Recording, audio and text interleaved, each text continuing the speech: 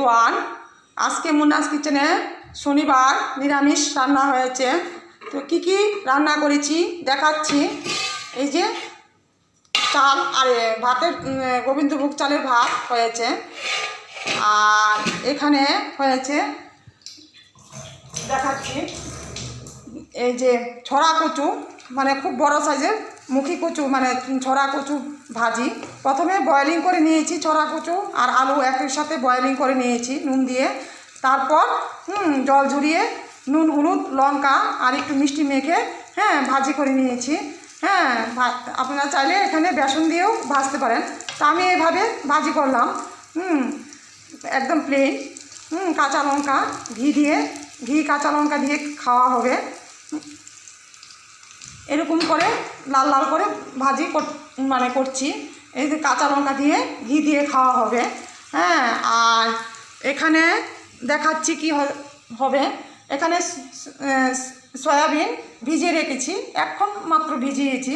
তো ঘন্টাখানেক পরে ভিজানো পরে ভালো করে কষলিয়ে ধুয়ে তারপর রান্না করব।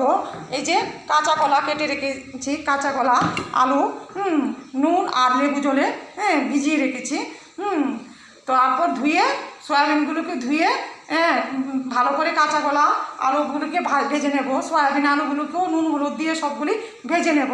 তারপর কড়াইতে পাঁচফোড়ন তেজপাতা শুকনো লঙ্কা দিয়ে তারপর এখানে আমি 1 চামচ জিরে বাটা, আধা চামচ ধনে বাটা, 1 চামচ আদা বাটা, 1 চামচ শুকনো লঙ্কা বাটা, 1 চামচ মানে কাঁচা লঙ্কা বাটা।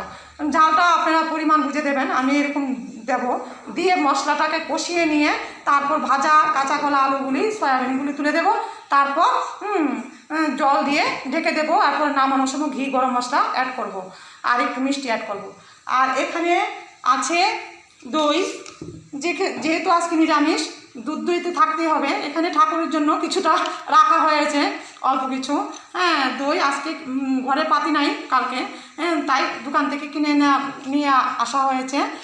আর হবে আরেকটা জিনিস মানে দেখাতে ভুলে গেছি, আর হবে একটু অল্প করে আমার মুগ ডাল।